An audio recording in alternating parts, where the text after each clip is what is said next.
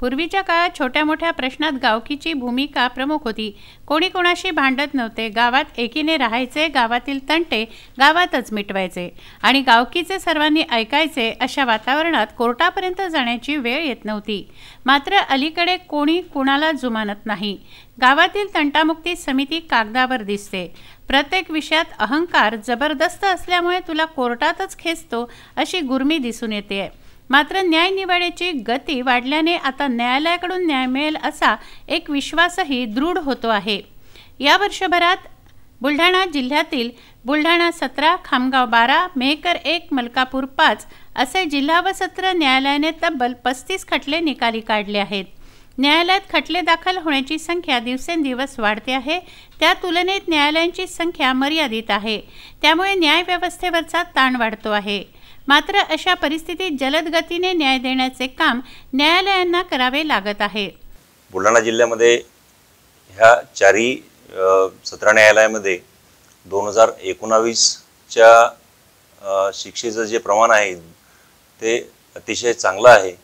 गेल्या 2019 या वर्षामध्ये एकूण चारही सत्र न्यायालयामध्ये 35 अतिशय संवेदनशील खटल्यामध्ये शिक्षा प्राप्त करण्यामध्ये यश आलेलं आहे। न्यायव्यवस्थेच्या बाबतीत जर बोलायचं झालं तर न्यायव्यवस्थेच्या बाबतीत सामान्य जनतेचा जो न्यायव्यवस्थेच्या बाबतीत गैरसमज होता तो आता दूर होण्यास अतिशय चांगल्या प्रकारे मदत होत आहे। गुन्हेगारी प्रवृत्तीला आळा बसत आहे।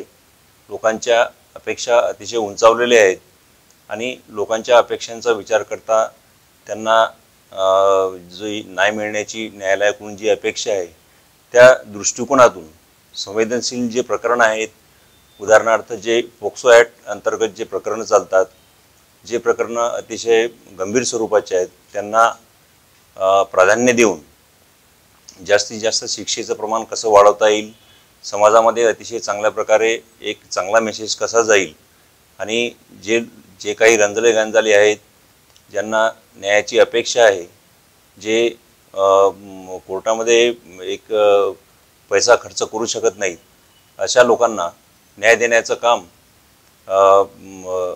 सर्व आमची जी सरकारी वकील मंडळी आहे ही करत आहे। मागील वर्षीच्या तुलनेत आरोपींना गंभीर गुन्ह्यात शिक्षा लागण्याचं प्रमाण वाढलंय।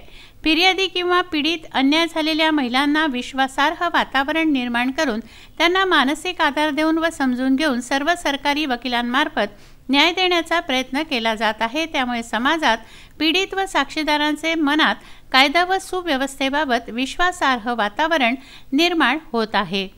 एकंदरीत वातावरणाचा विचार केला तर वाढलेली ही वृत्ती समाजात आहे आणि त्या अनुषंगाने मग त्याच्यावर जर आपल्याला आळा बसवायचा असेल तर कुठलंही प्रकरण एकदा सत्र खटला सुरू झाल्यानंतर तो जास्तीत जास्त किती लवकरात लवकर निकाली काढता येईल याचा विचार न्यायव्यवस्थेकडून सुद्धा म्हणजे केला गेला पाहिजे। तरच अशा प्रकारच्या प्रकरणांना कुठेतरी आळा बसण्यास मदत होणार आहे आणि तरच आळा बसेल। नाही तर मग आज प्रकरण सुरू झालं, 4 दिवसांनी त्याच्यात दुसरा साक्षीदार झाला, महिन्यांनी तिसरा झाला, त्याच्यानंतर 6 महिन्यांनी त्याच्यात आर्ग्युमेंट झाला आणि वर्षांनी कुठेतरी निकाल आला। ही परिस्थिती जोपर्यंत बदलल्या जाणार नाही तोपर्यंत महिलांवरचे अत्याचार जे होतात आहे ते कमी व्हायला मदत होणार नाही किंवा कमी होणार नाही, हे वाढतच राहतील। म्हणजे कायदा आहे म्हणून फक्त त्याचा उपयोग नाही तर त्याची अंमलबजावणी आणि प्रॉपर प्रोसिजर जर फॉलो केल्या गेली तरच त्याच्याबद्दल समाजात आस्था निर्माण होणार आहे आणि त्याचा वचक समाजाला राहणार आहे। जिल्हा व सत्र न्यायालयाच्या न्याय प्रक्रियेने वेग घेतला आहे। न्याय प्रक्रियेने वेग घेत मावळत्या वर्षात 35 प्रकरणात गुन्हेगारांना शिक्षा ठोठावली आहे। त्यामुळे तारीख पे तारीखला वैतागलेल्या पीडितांना न्याय मिळाला आहे। प्रशांत खंडारे, विदर्भ न्यूज, बुलढाणा।